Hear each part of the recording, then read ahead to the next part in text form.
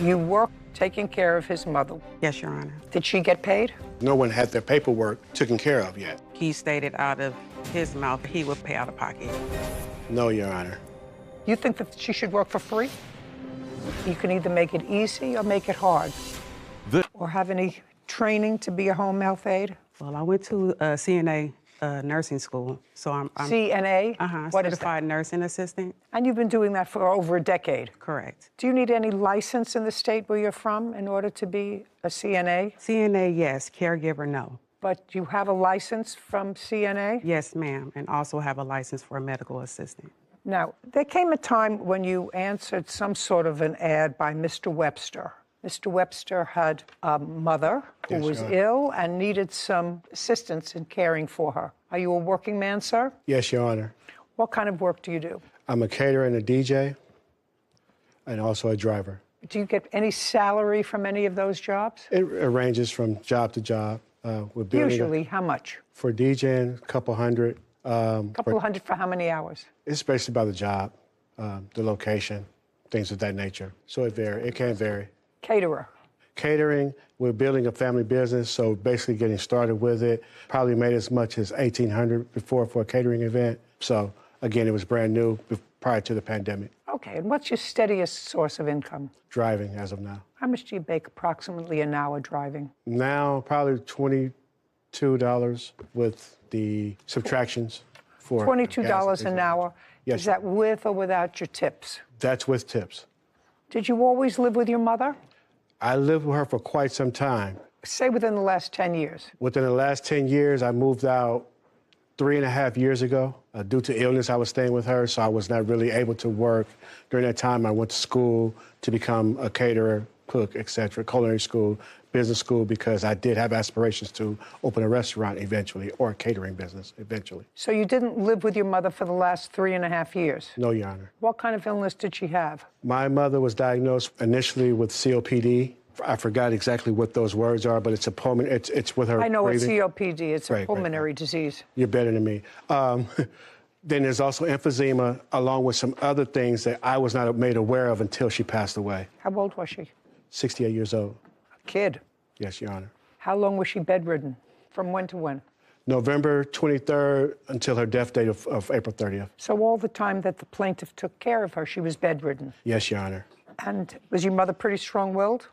Yes, very much so, Your Honor. And the COPD and emphysema was in all probability, at least in part, if not in all, attributed to her smoking. Yes, Your Honor. Now, according to your complaint, Ms. Gallion, you worked for Mr. Webster in taking care of his mother, with whom he didn't live. Is that correct? Yes, Your Honor. Did anyone else live with her? My son lived with her. How old is he? He's 29 years old now. What does he do?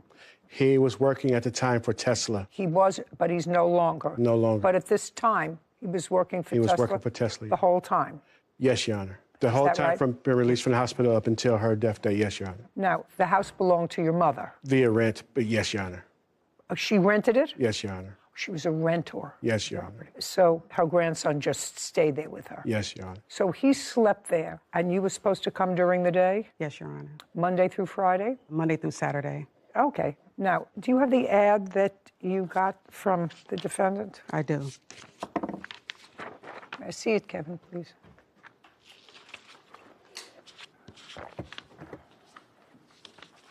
Thank you. I also have the messages, Your Honor, from that ad. Let me just read this. Okay, so you were asking for somebody good to take care of your mother because she was a great caretaker all of her life. Yes, Your Honor. Very nice. All of my life. All of your life. Yes, Your Honor. And in it, he says IHSS for now. Would you explain what that is? It's in-home supportive services. From the federal government or the state? From the state, if I'm not mistaken. And you are from the state of? California. Well, this is what he wrote. So when you spoke to him with the same parameters of your employment as contained in his ad, that you would be working for IHSS for now, maybe more in the future. I don't know what that means. I assume it means that if it works out, you'd be paying her in addition to what she was making with IHSS. No, Your Honor, I don't. What does it mean? IHSS for now. Yes. Maybe more. What does that maybe more mean? I honestly can't recollect what that meant. I am aware that I did send that text message or that Facebook post. Is there anything in any of the text messages you have that indicates what maybe more is? Yeah, just verbally, he stated out of his mouth that anything extra, him and his son would pay out of pocket. Okay, extra like what? Extra hours, if the hours that I agreed to work to, if it needed to be extended, my traveling time, my toll from where I was driving from, he was supposed to reimburse you. Yes, ma'am. Is that correct, sir? No, Your Honor. Now, you started working when? February 24th was my first day. From February 24th until April what? 23rd. And that was 6 days a week? It varied because depending on my schedule, so every other week I will work Monday through Friday, and then the additional weeks I'll work Monday through Saturday. So it's between 5 and 6 days a week. And how many hours a day were you working? 5. So when you came into work, was the grandson still there? Sometimes he was, sometimes he wasn't. And if he wasn't, Miss Webster was alone? Correct. And when you left, was she alone? Yes, ma'am. And then hopefully the son came back to assist her at night. From my understanding, there was another caregiver that was supposed to be there at nighttime, which I never saw, so I'm not sure. Did you have another caregiver there at night? Yes, Your Honor. And who was that? Her name was... How long was she there? You mean her work time or her duration of employment? Duration of employment. The same time that Tracy started.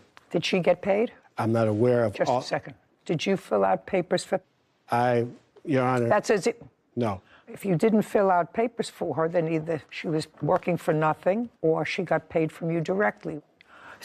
Before you answer me, you had a nighttime person who was hired at the same time the plaintiff was. Either she was paid from an agency, or she was paid from you, or she did it gratuitously. What was it? Had your son ever applied to be caregiver for your mother? Think carefully before you answer that question, because this one knows all. Had your son ever applied to be your mother's caregiver? Yes, Your Honor. Yes. Oh, makes it so easy. Yes, Don't say yes if she was not. If she was not paid by the agency because she didn't get paid, then say she never got any money from the agency. And if you never filled out any paperwork, she couldn't have gotten paid by the agency. Correct. Well, why don't you just... Let me rephrase that, because this is where the trepidation comes along. Neither of the caregivers were properly inputted into in-home supportive care system. So there's an allotment that is allowed where caregivers can work in hopes of having a large lump sum payment once they get their paperwork, background check, and everything else taken care of. So up until the 29th, no one had gotten paid because no one had their paperwork taken care of yet. So it's on the 29th when that starts to come about. So I personally never signed any paperwork for neither of the caregivers. It's not true, Your Honor. Just a second. That's what he's saying. Okay. So he signed no paperwork. And she worked for you from February to March, March to April, for 2 months. How much did you pay her in the 2 months that she worked there? Out of my pocket, I paid her $110 with a caveat. It was the first time that she worked on a Saturday. I asked her to do so because I had... Just tell me how much you paid her. $110. Anything else?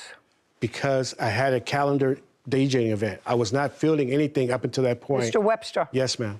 Yes, Your Honor. You seem like a nice man. It's going to cost you money. You can either make it easy or make it hard. From February to April, did your son work? Yes, Your Honor.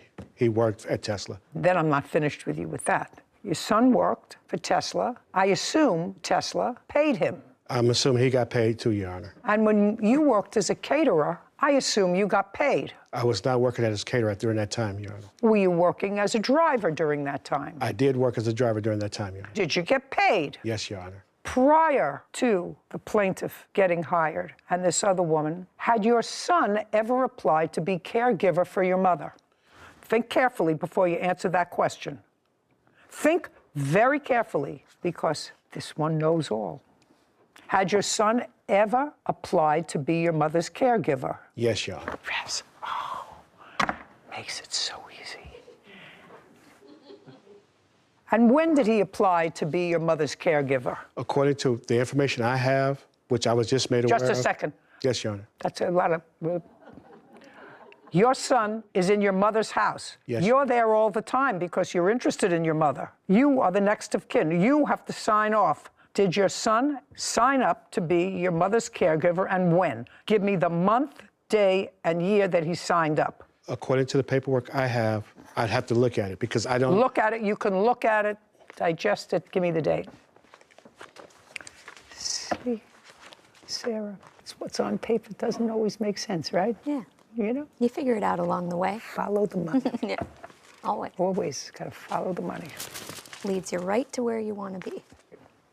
Let's go. According to the paperwork I have here, his paperwork was started on August of 2021. When was it signed? It does not state that. And she started working in February. Is that right? Yes, ma'am. So between August and February, Mr. Webster, who took care of your mother? My son lived with her. He's, according to this, I was not privy to this information before. Let me understand something. Yes, Your Honor. This is not a House Select Committee investigation, sir. This is just a court where I'm trying to figure out who took care of your mother, who was unable to take care of herself from August until February when you got another caregiver, and whether that person was signed up to get in-home health benefits. So the answer is, partially I know that your son, who lives with her rent-free... No. I'm sorry, not with my mother, not rent-free. Lives with her. Yes. Maybe not, then maybe Kevin and I are paying the rent. You never can tell. I don't know how much, and I can't ask you how much money your son made between August and February, but maybe she got a little too difficult for him to deal with because at the end stages of being sick that way, you require a lot more help than you want your grandson to take care of. And so you needed somebody else.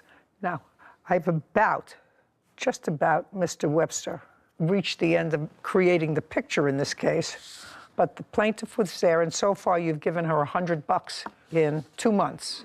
You got paid during that time period. Your son, who worked for Tesla, got paid during that time period. You can bet your bottom booty that I got paid during that period because I worked. Nobody said to me, well, you didn't get your form in right there. We're not paying you. Really, you're not paying me. You can find me today getting my pedicure. She stayed, even though she didn't get paid. Now, if she didn't work for you, could you or your son have gone out to do their other work? Or would you have left your mother alone? What would you have done? Possibly made other arrangements, Your Honor. Possibly. Possibly. You mean get another sucker to work for free? You think that she should work for free? You think that she should work for free? No, Your Honor, but I don't think she should smoke cigarettes with my mother alone. Listen, you have a counterclaim. Your counterclaim is stupid. Okay. Your counterclaim is stupid. You just told me before your mother is the kind of woman that would do exactly what she wants to do. And what you think yourself, since you're not there and off doing your thing, somebody who's terminally ill, not getting better. You knew that, right? I did know that. You did know that. And if your mother chose an easier way to go than the one you selected for her, that would have been her prerogative. That's also a fair statement. Yes, Your Honor. Okay, so you didn't like the caring that she did for your mother, but actually her leaving had to do with your not paying her. You didn't fire her. Okay, let's put it this way. Did you fire her? No, Your Honor, because I did not have the power to do so. You did not fire her. No, Your Honor. That's not true, Your Honor. Who is Ron Webster? I am Ronald Webster. You hired her. No, Your Honor. Well, this is you. Need a good caregiver for my mom. Need. That means I need. Yes, Your Honor. Okay. Now, let's go to one other place, okay? And then I'll let you talk. Right now, it doesn't seem to be that you're losing, right? Wanna while working. How much do you think the time that she worked there, taking care of your mother, was worth? Your Honor, I personally cannot put a price on that. I know she's contracted through IHSS for $16 per hour. Did your mother have a life insurance policy? My mother had a couple of life insurance policies, yes. What were they, and who were the beneficiaries? I was the beneficiary Of both one. of them. How much? The total was $3,700, Your Honor. Did she have a separate policy for her burial? No, Your Honor. Did she own any property anywhere? No, Your Honor. So what was the total you received from the estate? The policies was set to pay $1,300, which I have not received all. You mean in addition to the $3,700, you'll receive another $1,300? 13,000 is what I meant to say. If I said 1,300, I misspoke. 13,000. 13,000. Total. Okay. How much did you pay for the internment, the service, if there was one, whatever? How much did you pay? You paid for it, I assume, out of this money. I have not done all the math. It's upwards of $15,000 or so. As I'm still Haven't making done all the payments. math. I'm still Fine. making payments. How much on it. are you owed? I have it there, 26. The whole breakdown is, And the amount was $29.12 minus the that's- $300. You say he gave you $300, not $140. Correct. Okay. He cashed at me $300. My question is that at $16 an hour, Yes, ma'am. which is what you would have made? Correct. Do you have any other evidence to support the fact that he was helping you or that he agreed that this money was due and owed to you? I have the email here where he was asking me to send a total of hours what he owed me. May I see that, Kevin, please?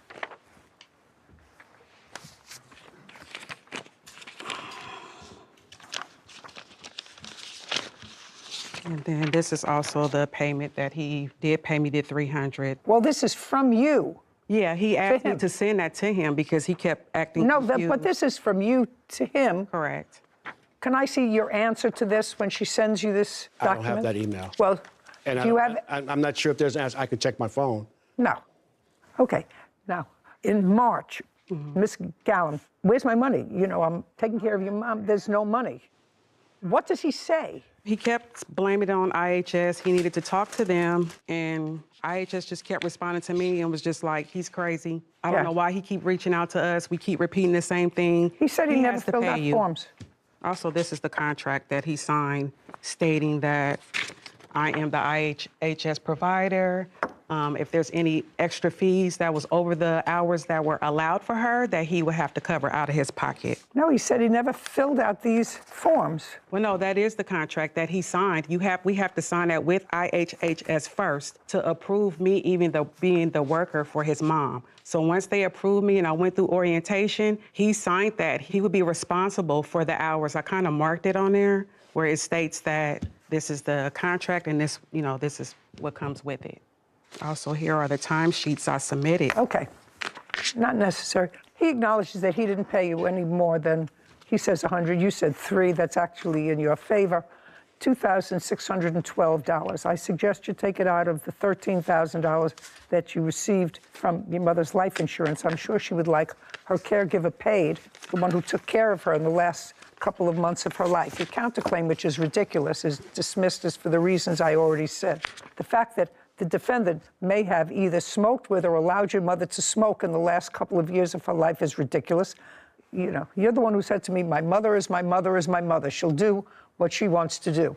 Not something like that. Yeah. Yes, Your Honor. You're done. So's your counterclaim. $2,600. This court is adjourned. My mom's death. I've been doing everything I can to make sure that she was taken care of. And, it's unfortunate. I'm really happy with the decision today.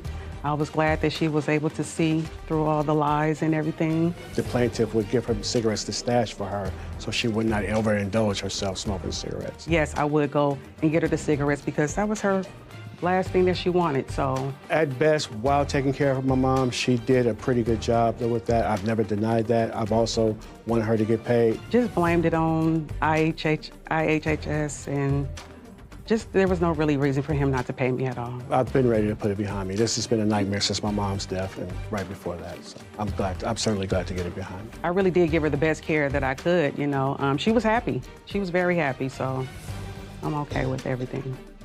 Cases like this are sad, but it really shines the light on the whole sector that is elder law. And there's so many federal and state programs to make the elderly and vulnerable feel more comfortable, to be able to stay in their home, to be able to pick their own provider. But unfortunately, because of all the overlap and lack of oversight, there's a lot of fraud that takes place with the most vulnerable population. And like you were just talking about, your mother is the one that you rely on for a majority of your younger years, to keep you alive, bathe you, feed you. And towards the end, it's just unfortunate that they don't receive the same care as we do in the beginning. Yeah, that not being watched as carefully by the people that they cared for. Yeah, but the plaintiff here surprised me. I mean, working 2 months, 5 days a week. And she stuck with the job. For no money and no real end in sight for when she was going to be paid. I respect her for that. She obviously cares about her business and about her craft as being a healthcare worker, so I appreciate that, but it shouldn't fall on kind-hearted people like that to take care of our elderly. Maybe. Not sure. Yeah. I think that not everybody is fortunate enough to have children. Yeah. If you have children that fit into that mold. And I think that it's wonderful that the state, for those people that don't have loving families to support them if they're sick or elderly, for the state to provide a mechanism for those people to get from their bed to a bathroom, to another room, to a meal, perhaps. I think it's wonderful. I think that this country, Sarah, can't do everything. Yeah. And I know that we discussed a moment ago, not bringing in another case, but to me, when you don't give money to somebody who did work in the betterance of society, and you send stimulus money to prisoners who were there because they did something wrong, and you send $1.2 billion in stimulus money to people who are serving life terms in prison, to me, doesn't make sense. But perhaps somebody will straighten me out a couple of cases from now. Maybe, we'll see. Calderon, Hello. what's your first name? Amante. Amante. Yeah. Good. It's much easier than your last name for me to pronounce. Mr. Giglio, this roughly is what the case is about. You and Miss Calderon were in a relationship for a period of time. You decided to take an apartment. You were both on the lease. So far, correct? Correct. Your arrangement with Miss Calderon, which seems to be consistent in both your complaint and your answer, is that you had a much better paying job.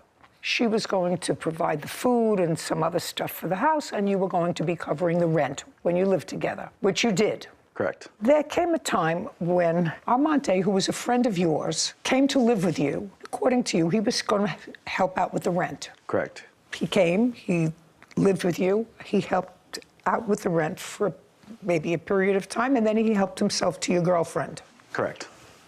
Now they're a couple. When you were no longer a couple with Miss Calderon, she stayed in the apartment for a period of time, but then they both left. Correct. And you're suing both of them for rent and for the return of 2 cats that they took when they left. You claim the cats are yours. That's correct. That's what the case is about. And some cat expenses in the event that I let them keep the cat. Cats, 2 cats. So when did you and Miss Calderon sign a lease together? We signed the lease together at the end of July with the landlord present. July of 2022? July of 2021. Correct. And it was for a year? Correct. And you had a job working for whom, sir? I worked for a company called Steris. What do they do? They provide medical equipment to hospitals all over the world. How long have you been working for them? I'm going to have 8 years under my belt this year. And when you moved into the apartment in July of 2021, what kind of work was Miss Calderon doing? At the time, she was working at I want to say an animal hotel. It was a pet daycare boarding facility. Okay. Were you an hourly employee? I was an hourly employee. And I am correct that when you moved in July, your arrangement was that you were going to pay the rent. That was The arrangement. correct. When did Armante come to live with you? About August to That's Right. correct. Shh. he Just, Amante was going to be our 3rd roommate. you mean 1, 2, 3? Correct. Well, you're not roommates, really. You and the defendant, Miss Calderon, were not roommates. You shared a room. We shared a room and And Armante was going to live where? in another room. And what was your arrangement with Armante with regard to paying rent? We would split the rent 3 ways. Is that correct? Yes, And how much was your share of the rent? I would say approximately 927. How long did you live there? I was there when they signed the lease. I watched it all happen when they signed the lease. I came in, they signed Okay. everything. Well, you didn't sign the lease, I did not. but you were there from the beginning? Yes. And it was your agreement with the plaintiff that you would pay a third of the rent? Yes. Great. We asked the landlord Okay, to. so, hey, try not to hold each other's hands. Let's do the coochie someplace else.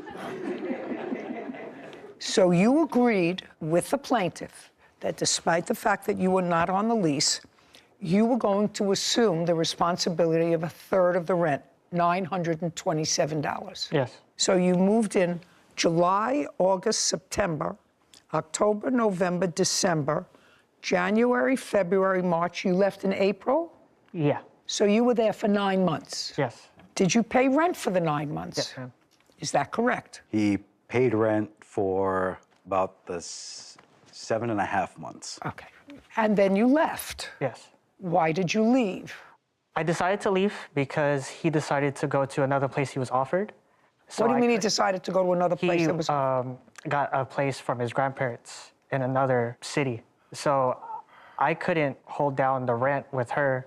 So I decided to leave to save money and go back to my parents' house. Now, Mr. Jalil, you see, you don't make up a story like that, like he just told me. A lot of that has the ring of truth to it.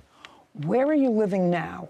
My grandparents' house in an in-law unit So when did you tell them that you were going to a different place? in March. When did you leave? I left in July. Did you let him know that you were staying until the end of the lease? I What? What? I discussed with them that I would be leaving, but I would stick around to help them find either a different location or even suggesting that we all went back to our respected families just to, call it. Mr. Jalil, this isn't working for you. I have to tell you something, sir. This case is not working for you at all. And it's only because Mr. Amante is very direct with me that you're suing them for $10,000. Where does that come from in your mind? Your agreement with her was you were going to pay the rent. You were never out of pocket. Your agreement was you were going to pay the rent. He paid his rent when he was there. He paid his 1/3. You then told them you were leaving. That's a whole different story than what you wrote in your complaint, Mr. Giulio. Do you understand? Correct. It's a whole different story. So, at best, Armante would owe you for 3 months' rent if they just left. But you told them that you were leaving. Now, when did you find out that they were a couple? I found out at the end of April. Were you all living together? Yes. So you just had 2 months left to the lease. So he was paying you, he paid you in March, you had May, June, you signed the lease in July, so it was over at the end of June, June 30th. It would have been over at the end of July, Your Honor. Well, she doesn't owe you any money for rent. At most, he owes you 2 months' rent. Tell me why you left. My job doesn't pay that well, so I decided to go back to my parents' house. When you took this apartment, this expensive apartment that was almost $3,000 a month rent, had you had a discussion with Armante about moving in with you before? Yes. Okay. Mr. Jalil, I'm reading your complaint because something wasn't registering right with me. You say you moved into the apartment together in August of 2021. Then you go through a whole bunch of stuff about a cat and then another adopted cat. You said in October we adopted a second cat. Around this same time, a third roommate moved in to shoulder some of the rent. Well, that's not true. He moved in right at the beginning. And that was... That was what? That was... A mistake. That was a mistake. Okay. But Armante acknowledges that he agreed right at the beginning. He volunteered the fact that he was there at the lease signing because it was agreed at the lease signing that he was going to pay a third of the rent. So, sir, you owe him rent as long as you show me that you've paid the rent. You moved out in July? Yes. And you paid your rent through July, or were you evicted? No, I paid my rent in July. Through July? Yes. Okay. 1854. Armante, you owe him $1,854. That's for 2 months' rent. Got it? Okay. I'm not subtracting anything because you stole his girlfriend. That's fair. Let's deal with the issue with the cats. She doesn't owe you any rent. That was not your agreement with her. You moved out in July. August, September, October, November, December. 5 months ago, she's had both cats, right? Correct. She says they're her cats. When did you first file a small claims case? September of 2022. What were you requesting when you filed your small claims case? Be careful. I was requesting either the return of both cats or $5,000, which was the accumulated expense of not just the cats, but also the expenses of her dogs as well. So any animal expenses for the time. That's not happening for you, Mr. Jalil. When the cats were either registered or went to the vet, whose name is on the sheet as owner? I believe it was Ms. Colerone. Is that correct? That's correct. And she owns the cats, and she's had them for the last 5 months. I suggest that you go and adopt 2 more if you want some more cats. Do you understand? Yes. You were living together as a couple. However, your friend Armante has to pay you for the couple of months' rent that he didn't because he says, not you, he volunteered that was your agreement from the very beginning. So he owes you $1,854. We're finished. Thank you very much. This court is adjourned. I think he's just kind of butthurt that I moved on. At least now I can put everything behind me and say that I did try. I didn't think it would escalate this far. All you can do in a situation like this is just you learn from it and you move on. The heart wants what the heart wants. This is what it is. It's life. I find fascinating, Sarah, that people will write and or be assisted in writing a complaint and an answer, but they read it over. This man is an intelligent man. He has a serious job for 8 years. First of all, he was suing for $10,000. Come up with that money. $5,000 for the cat's expenses, ridiculous. But his complaint had really nothing to, even the timeline. As your clerk, I know that is a pet peeve of yours when I don't understand they it. don't You know, match up. if you're going to tell a lie, At least tell a consistent lie.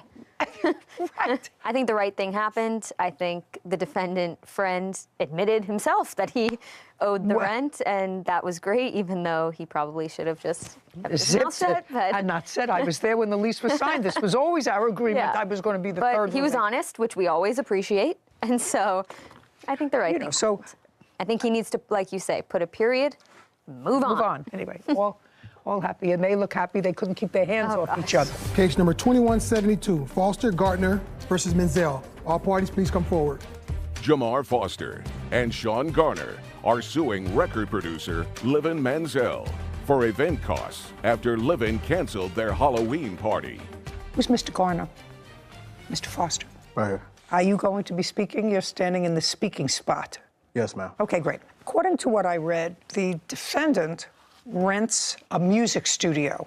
Is that correct? I rent a facility in which I own a music studio. You rent in someone else's building. Yes. And you're recording people.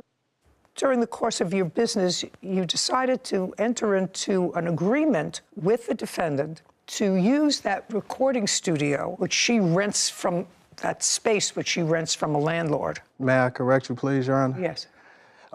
She actually is a facility that has multiple units in it. She runs a studio, and then there's other event space inside of that same facility. Okay, give me an idea of how large the space is. I believe we were quoted something like 5,800 square feet. And so you have a music studio, and around it is other open space. Yes. You decided to go into some sort of a business with her. You wanted to run events. Yes, ma'am. Social events, nothing to do with the music studio. Absolutely not. Is that correct? Yes. And according to you, you gave her $6,000, Yes, ma'am. sort of front money, to start using that space. Yes, ma'am. Subsequent to giving her the money, according to you, there were restrictions put on the space, on the number of people you could have, the kind of parties you could have, etc. No, absolutely. I apologize. Well, you have to pay attention, Okay. sir, because what I'm suggesting is really in your favor. Oh, okay. Let me. Okay. So, is really in your favor, so you have to think. Okay. Subsequent to giving her, that means after giving her the money, restrictions were put on the kinds of events and the number of people you could have in the space. Is that true or not true? That is absolutely true. No, that's not. I'll get to you in a second. Okay. And you want your $6,000 back. Yes, ma'am. In That's what addition it's to- about.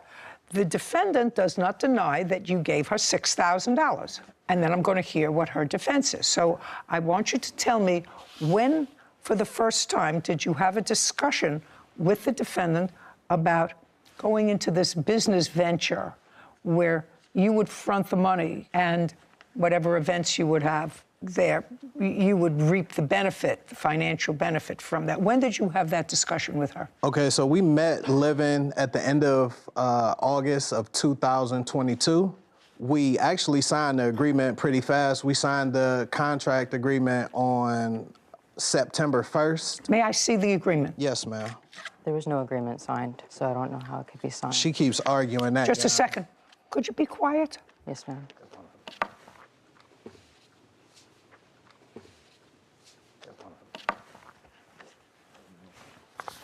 So in your hands, Shh. What's that's the studio that she runs. Sarah, you have to sort of explain it because I don't see signatures. You know, I'm used to looking at contracts where people sign things, but I know you can sign things by DocuSign now. Your signature isn't on here. Yes, ma'am. And That looks like a signature from a DocuSign or some sort of online. okay, is that you? This was a proposal that I did. I do not even own it yet as a DBA. Just a second. It's getting better. Don't say anything. This is your proposal. Now I'm going to read it. Okay. And your masterpiece management. Yes, ma'am. Okay, well, so this is sort of easy. You prepared this proposal. Speak. Yes, after. Just a second. You prepared this proposal. Yes, ma'am. And as a result of this proposal, you received and deposited $6,000. Yes. Yes, well, then you have a binding contract, okay? So that's what I'm telling you. You have a binding contract.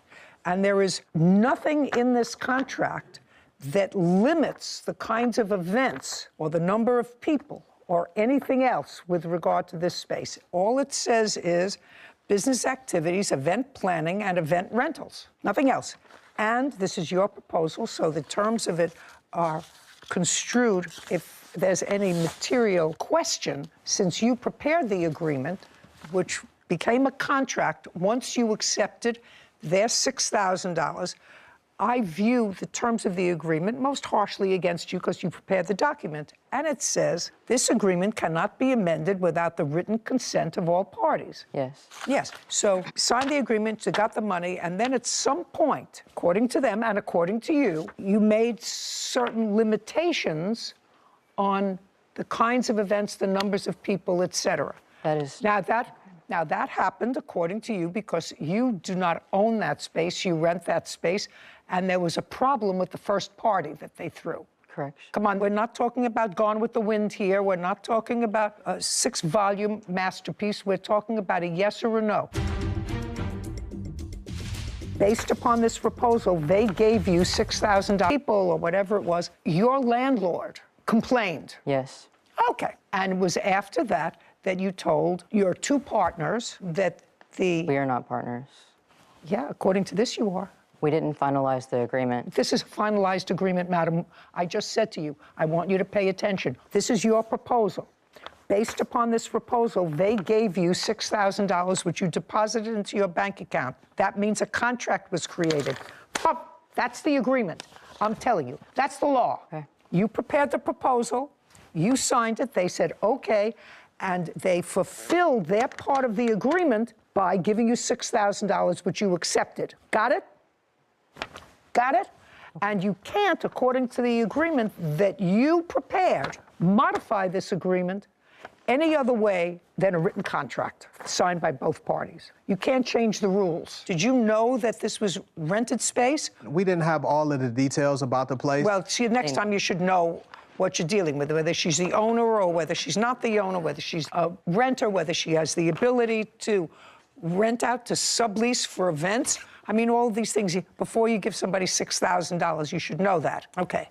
And you had one event at the space? No, we actually didn't get an opportunity to throw any events at the space at all. The event that you were speaking of, she had partnered with another group of promoters and individuals to throw that party. So you didn't have anything to do with that? What was it, a Halloween party or something? It was a Halloween party, but that wasn't with you? No, that wasn't. Is that correct? He was a part of the event. Is that correct, that No. it was with other people? Yes, it was correct. It was with other people. They were just associated with the event. They worked at the event. And I don't care whether they worked at the event. You received money from other people for an event. Yes, ma'am. Well, let's be clear. And after that event, you imposed additional restrictions on the use of the space. No, hold on a second. They knew about the event. Hold on. They can't tell me what they knew. This is your contract. They called a fire marshal. My landlord contacted me that the neighbors were complaining. People were parking on their lawns 90 minutes into the party, but it was not their party. Somebody else paid you for it. The next party they wanted to throw involved minors, and I told them absolutely not. Yes, ma'am. I just made it clear what types of events would be approved. Well, you can't do that. I'm just telling you, you can't do that. Ma'am, I'm not allowed to throw events that have out drugs for children. You have to understand something. You can do whatever you want as long as you put it in a contract. You prepared the contract. This contract is silent as to any restrictions on the space for events. So you have to give them their $6,000 back because they didn't have an event. They got nothing of value for their $6,000. Correction. They were managing an artist whenever I met them that they were responsible for paying. So I'm countersuing them for $1,050. Just a second. Okay. $6,000 they get back. Okay. Easy? That's a contract case. Now, you have a counterclaim, and your counterclaim is for $1,000 because you say they owe you that for a rental that they did for an artist that they manage. I provided my services as a recording artist and a music producer for their artists. I provided them with 2 exclusive beats. Well, show me the contract with them. I have. Just show me the contract with them. There was no contract. Judgment for the plaintiff in the amount of $6,000. Counterclaim dismissed. We're done. Thank you very This court much. is adjourned. I was just trying to have a proposal, not a finalized agreement. Well, I appreciate us getting some type of justice out of the situation. They came in wanting to do multiple things, and I was excited for my small business. We tried as much as we could to help out and make sure that we increase the revenue streams inside of that business. They're actually going to be hosting hookahs with children at your event in your space. I'm not comfortable with that. To ever associate us with any type of drug use or abuse, especially involving children, that was just an inaccurate claim. I think it's better just to part ways. Move over to bigger and better things. I was going to tell you I had the invitation, per se, for the event for Halloween that they had put together. So they put a lot of time and effort into planning the party. It seemed very legitimate. There was notes about security. There was notes about no alcohol, food and drink will be provided. So I could tell that they had put in a lot of effort to hosting this event. And although it wasn't a malicious breach on the defendant's part, I understand she hosted a party that had nothing to do with the plaintiffs, that she got into a little bit of hot water. So to be cautious, she was letting them know, hey, I can't host these types of events with a lot of people. It makes the street too crowded, whatever the reason. However, I disagree with you because I would have given them the full $10,000 that they were asking because although not a malicious breach, and I understand her concern after having the incident with the previous party, but that's not their fault. You believe that the difference between the cost of one venue to another should be ascribed to them.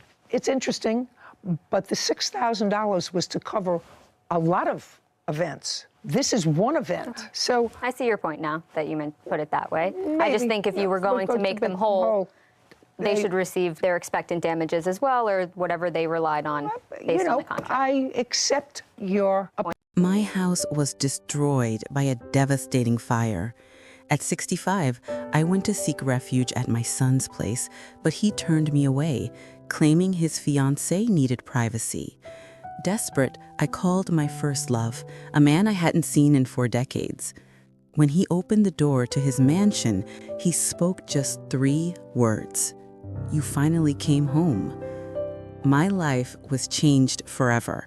But before we continue, make sure you're subscribed to the channel and write in the comments where you're watching this video from. We love to know how far our stories travel. My name is Grace, and at 65 years old, I thought I had already experienced every kind of suffering life could throw at me. I was wrong. It all started on a Wednesday that seemed just like any other in Charlotte, North Carolina. I was in the kitchen fixing my afternoon coffee when I smelled something strange. I decided to check, thinking maybe I'd left something on the stove. When I opened the living room door, I was met by a wall of smoke so thick I could barely see through it. Flames were already consuming the curtains and racing up the walls with a speed that left me paralyzed for a few crucial seconds. The smoke detector should have been screaming, but I found out later the battery had died months ago. A simple oversight that would cost me everything I owned. I ran back to the kitchen, fumbling for the phone to call the fire department, but the smoke was everywhere, making it hard to breathe, impossible to think straight. I heard glass breaking and realized I had no time. The flames were eating my house with a ferocious hunger that seemed impossible to contain. My only thought was to get out alive. I grabbed my purse, which was on the kitchen table, and bolted for the back door. The last thing I saw before I burst outside was the portrait of Robert, my late husband, starting to blacken from the heat. The neighbors were already in the street when I stumbled out, coughing and gasping. Mrs. Jenkins, my 78-year-old neighbor, was the first to rush over, hugging me as we both watched helplessly while the fire devoured the home where I'd lived for over 40 years. The fire department arrived in 10 minutes, but it was already too late. They managed to keep the blaze from spreading to neighboring houses, but mine was beyond salvation. In just 1 hour, 4 decades of memories were reduced to ashes. The kitchen table where David used to do his homework, the walls that held the marks of my son's growth, the bedroom I shared with Robert for 37 years. It was all gone. I stood on the sidewalk, wrapped in a blanket someone had put around my shoulders while the firefighters did their work. Later, they would tell me it was likely a short circuit in an old living room outlet, a simple electrical problem that turned my life into ruins. The flames finally subsided, leaving behind only a blackened, smoking structure. The fire chief approached me, his face smeared with soot, his eyes full of a pity I couldn't bear in that moment. "I'm so sorry, ma'am. We did everything we could." But he didn't need to finish the sentence. I could see it for myself. A total loss. Everything I possessed, besides the clothes on my back and the contents of my purse, had vanished. The neighbors, who were lucky enough to still have homes, took me in for the first night. Sweet Mrs. Jenkins insisted I stay with her, but her small apartment was already crowded with visiting grandchildren. The American Red Cross had set up emergency shelters, but the thought of sleeping in a gymnasium full of strangers made me feel even more lost. That's when I knew I had to call David.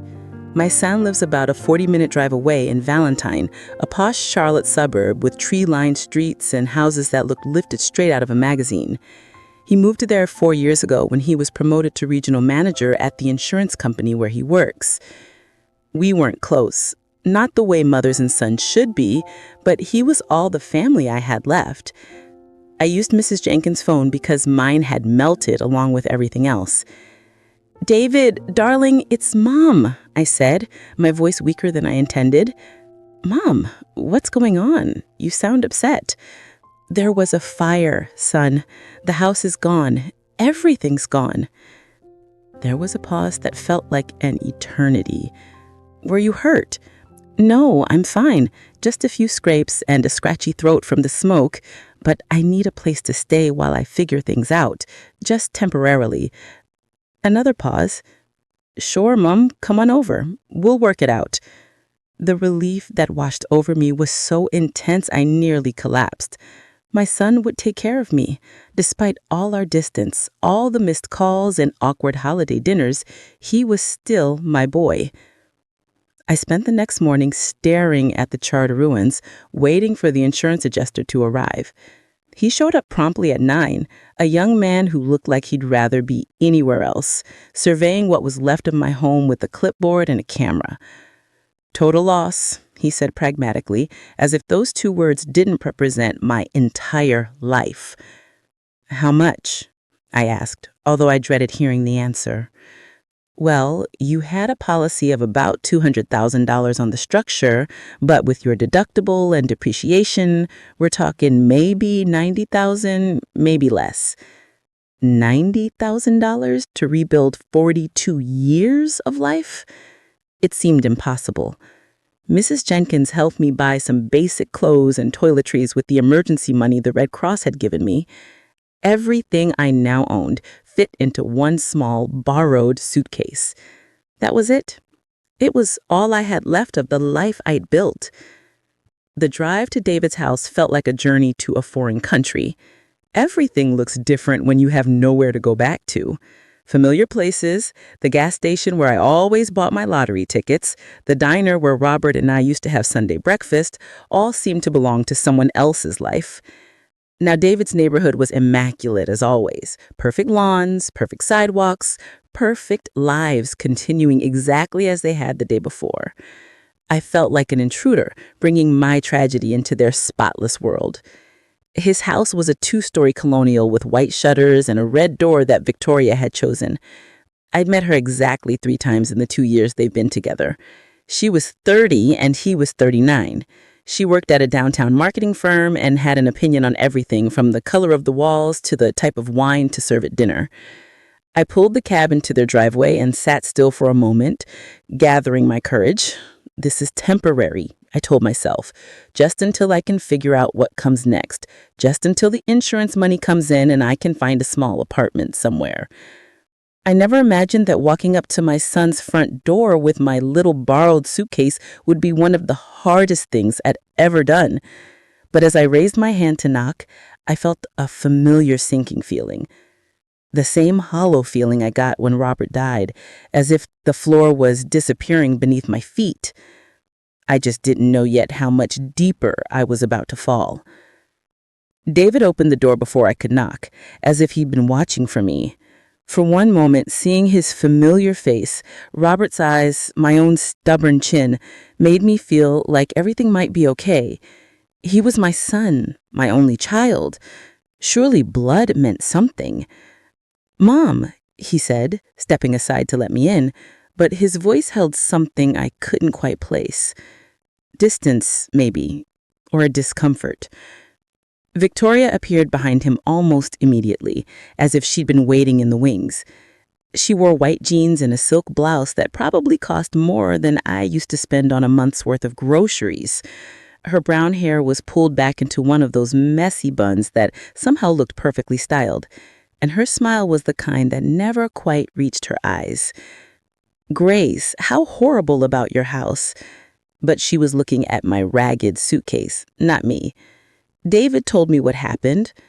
I put my suitcase down in their pristine entryway, suddenly conscious of how I must look. My newly bought clothes, cheap and simple, seemed out of place against the polished marble of the hall. I could still smell the smoke clinging to my hair, despite the shower I'd taken at Mrs. Jenkins' house. "It's just temporary," I said quickly, "just until I can get back on my feet." David and Victoria exchanged the glance, one of those wordless spousal conversations that excludes everyone else in the room.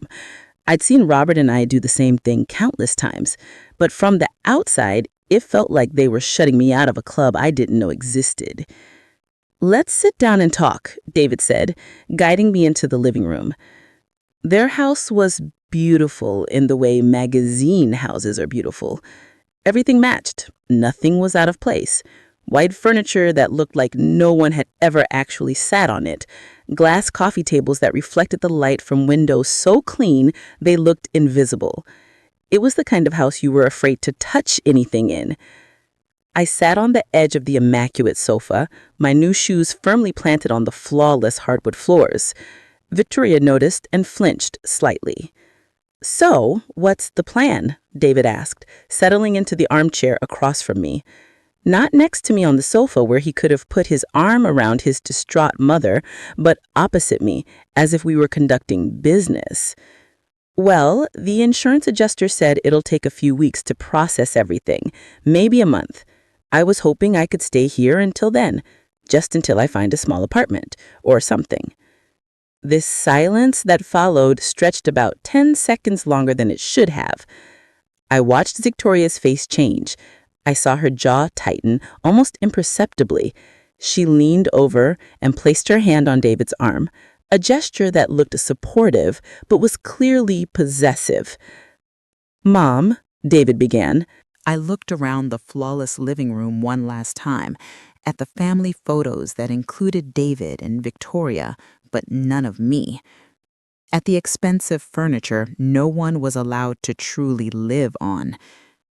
At my son, who had chosen this cold, beautiful woman over his own mother. "You're right," I finally said. "There are always options." I picked up my small suitcase.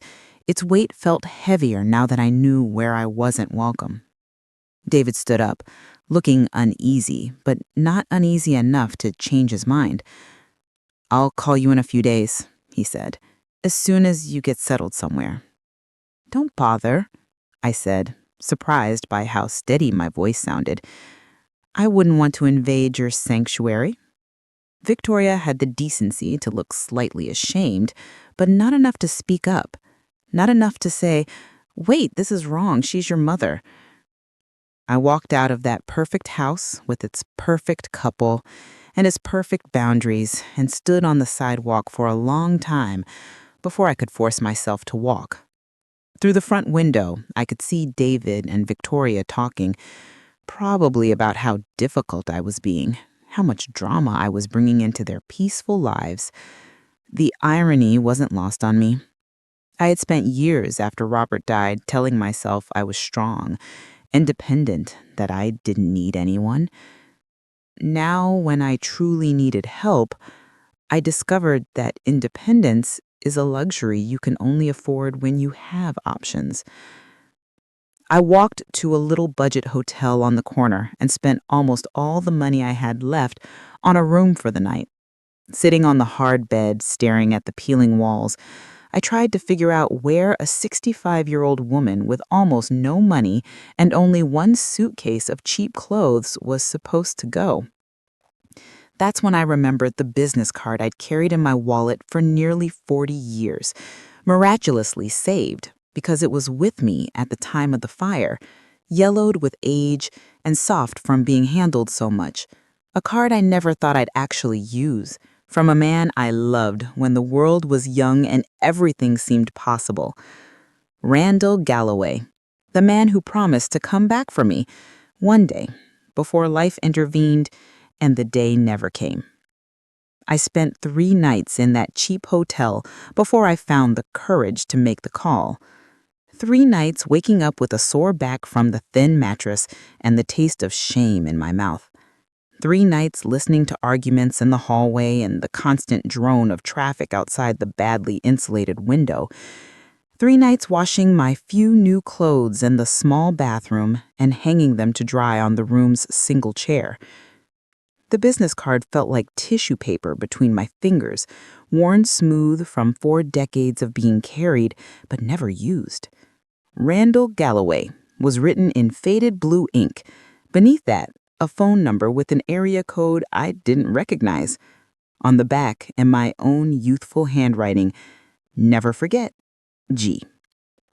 I had written those words when I was 25, believing with the absolute certainty of youth that Randall Galloway would be the great love of my life. He was 26, with dark hair that fell over his forehead and eyes the color of golden amber. He worked for his father's construction company after college and dreamed of bigger things, of building something that mattered. We dated for 9 months, which at 25 felt like an eternity. He used to take me to the overlook on the hills outside the city, where we'd sit on the hood of his car and talk about our plans.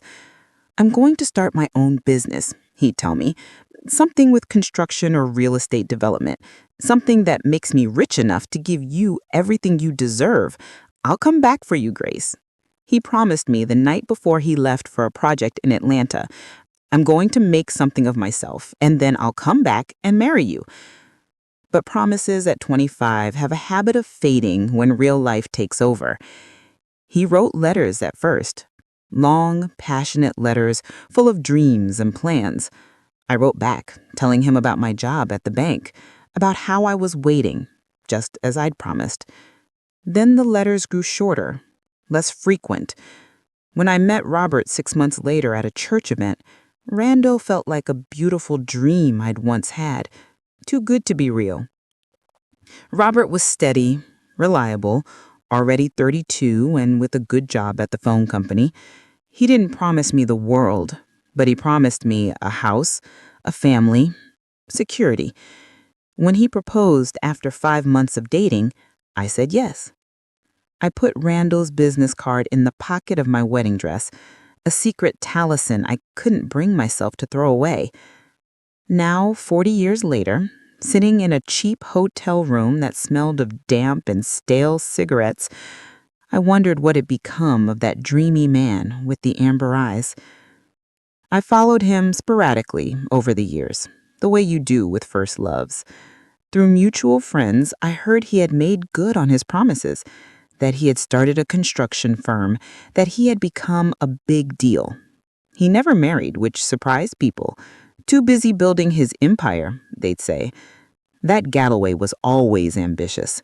The last I heard, maybe 8 years ago, His company had expanded beyond North Carolina to Atlanta, Georgia, and Miami, Florida.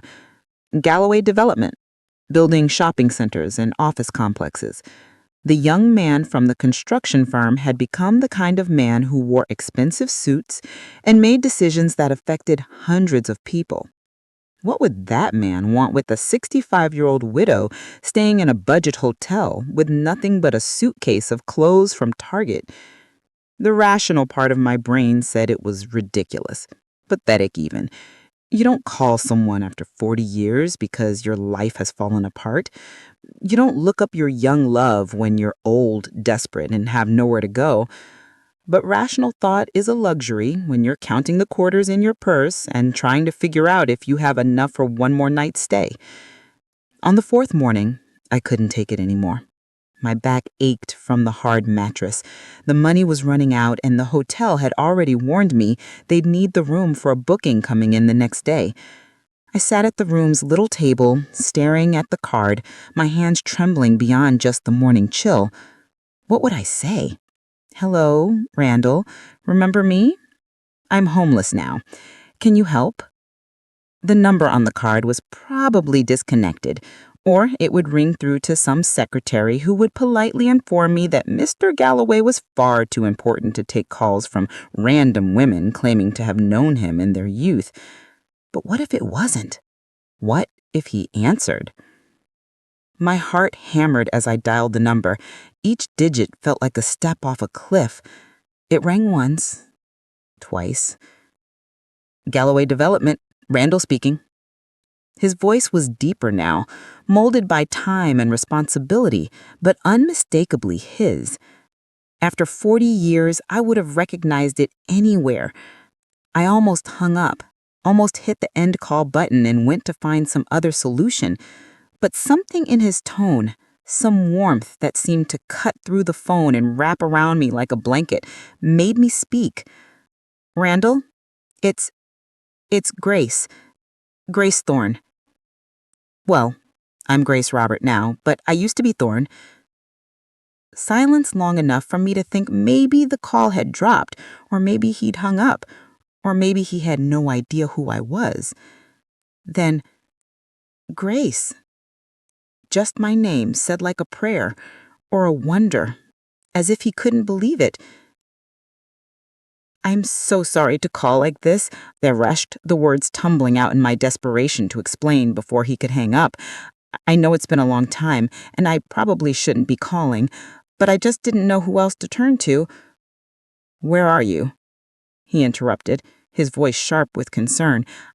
I'm in Charlotte, at a hotel called the Rest Stop, and I know this sounds crazy, but my house burned down last week. I lost everything, and my son doesn't want me to stay with him, and I have nowhere to go. The words spilled out in a torrent, each one harder to say than the last. Admitting that your own son had rejected you was like admitting you had failed at the most fundamental part of being human. Give me the exact address, Randall said, his voice now entirely professional. I'm coming to get you. You don't have to do that. I don't know why I called. I guess I just needed a friendly voice. Grace? His tone allowed no discussion. Tell me where you are. I'm walking to my car right now. Over the phone, I could hear the sound of a door closing, an engine starting. He was really coming. This man I hadn't spoken to in 40 years was dropping whatever important business he was doing to rescue me from a budget hotel. I gave him the address, my voice barely a whisper. Randall? Look, I'm not the girl you remember. Neither am I, he said, and I could hear the smile in his voice. But I've been waiting 40 years for this call. After we hung up, I spent the next hour packing my few belongings, alternating between panic and disbelief. What was I doing? What were we doing? This was insane. You couldn't just pick up a relationship after 40 years like you were continuing a conversation from yesterday. But as I looked out the hotel window waiting for a car I wouldn't recognize, instead, he sat there looking at the house as if he were seeing it through my eyes. "It's too big," he said quietly. "It always has been." I built it thinking I'd fill it one day, but he shrugged. A gesture so familiar it made my heart ache. Some dreams don't work out the way you planned, but something was always missing. He paused for a beat, then said simply, "You." The word hung between us in the silent car, charged with 40 years of what-ifs and could-have been. I wanted to ask what he meant. I wanted to understand how I could have been missing from a life I was never a part of. But before I could find the words, he was already out of the car, rounding the front to open my door. The house was even more stunning inside. Hardwood floors that gleamed like honey, high ceilings, furniture that looked like it belonged in architectural magazines but didn't feel cold or museum-like. There were books everywhere, comfortable reading chairs placed near the windows, photos scattered on end tables. It felt like a home where someone actually lived, not just a showcase for success. "Are you hungry?" Randall asked, leading me into a kitchen that was larger than my old living room. "I was about to make lunch when you called." I realized I was starving. The hotel breakfast had been only stale toast and weak coffee, and my stomach was cramping with emptiness and nerves. "I don't want to be any trouble," I began, but he cut me off with a look. "Grace, stop. You are not trouble. You are—" He paused, searching for the words. "You are the answer to a question I've been asking for 40 years. While he cooked, and he actually knew how to cook. Moving around that huge kitchen with the ease of someone who had learned to take care of himself, I studied the photographs scattered throughout the room. Randall at ribbon-cutting ceremonies, shaking hands with important people. Randall with various women at charity galas and business dinners, always smiling but never looking completely happy. "Tell me about your life," he said, placing a plate of perfectly grilled chicken and roasted vegetables in front of me. "Tell me about Robert, about your son, about everything I missed." So I did. Over a lunch that tasted like heaven after days of terrible hotel food, I told him about my marriage to Robert, steady and comfortable, giving me security and companionship, if not passion. About David, the baby I had wanted so desperately and loved so fiercely, who grew up to be a stranger who valued his fiancée's comfort over his mother's needs. I told him about the years of being a good wife, a good mother, a good widow, about the fire that had taken everything I owned and the son who had taken everything I had left. Randall listened without interruption, his amber eyes never leaving my face. When I finished, he was silent for a long moment. "I'm sorry," he finally said. "I'm sorry about Robert, about your house, about your son, but I'm not sorry that you called me." "Why?" The question came out smaller than I intended. He reached across the table and took my hand in his. Still strong, still gentle, still able to make my heart race after all these years. "Because I never stopped loving you," he said quietly. "Because every deal I made, every success I achieved, every dollar I earned, it was all so I could be worthy of you when you finally came back to me." Randall, I know this sounds crazy. I know 40 years is a long time, and we're different people now. But when I heard your voice on that phone today, it was like the missing piece in my life finally clicked into place.